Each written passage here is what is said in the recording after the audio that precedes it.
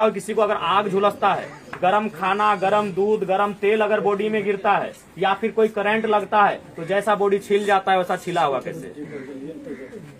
बिल्कुल सवाल होता है। आपने भी उनके पार्थिव शरीर को मरने के बाद उनके शरीर को देखा होगा, या तो फोटो में या तो सामने आके। जी सब उस शरीर में जला हुआ निशान है, बहुत बड़ा दाग है जला हुआ। तो सवाल तो है, हाथ भी छिला। हाँ तो वही वो जला हुआ निशान तभी आता है जब या तो उसमें गरम दूध गिरे, गरम तेल गिरे, गरम चाय गिरे, या तो आग से झुलस जाए या फिर करंट लगे, इलेक्ट्रिसिटी लगे। जी ये तो सवाल। दूसरी बात मरा हुआ आदमी का इंटा। दूसरी बात सीआरपीसी धारा 46 और धारा 49 कहती है, हालांकि नियमतः टोटली नहीं, लेकिन वो कहती है कि अगर कोई व्यक्ति जिसपे आपको संदेह है कि उसका पूर्व से किसी असामाजिक कार्य में गतिविधियां रही हैं, तो कम से कम उसका हाथ भी बांधा जाता है।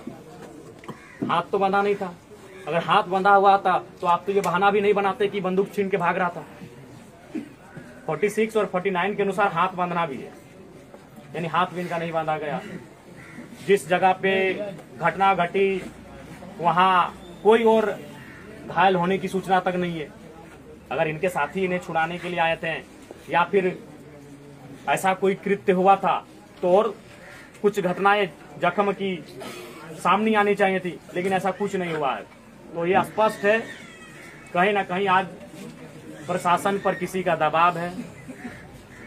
अब वो दबाव देने वाले कौन हैं ये मुझे नहीं मालूम है, वो जांच का विषय है। इसीलिए राज्य सीबीआई जांच की मांग करता है और हमें लगता है पूरा राज्य सूर्या हांसदा की इस इनकाउंटर पर सीबीआई जांच की मांग करता है। सीबीआई जांच हो, दूध का दूध पानी का पानी हो। अगर सीबीआई जांच से ये लगे कि हाँ सूर्या की असामाजिक गतिविधियों में सक्रियता थी तो परिवार भी अपने आप को सांत्वना दे लेंगे, क्योंकि हमने झारखंड के कई परिवारों को देखा है कि अगर उनके परिवार से कोई बेटा या बेटी अगर असामाजिक कार्यों में संलिप्त रहे हैं तो उन्होंने पार्थिव शरीर को लेने से बहुत बार मना कर दिया है।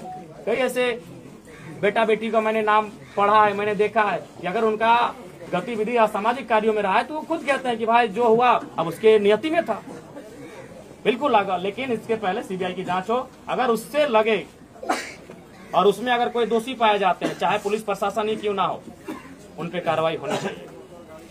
आज क्योंकि हमने भी वीडियो में देखा जो डीएसपी साहब थे वो शायद वही रील वाले डीएसपी साहब है ना। हम उनको व्यक्तिगत नहीं जानते। मैं उस डीएसपी साहब को व्यक्तिगत नहीं जानता हूं, लेकिन उनको रील का बड़ा शौक है। हमने बहुत बार देखा है कि कभी बस में चढ़ के रील बनता है, कभी ट्रैफिक में रील बनता है।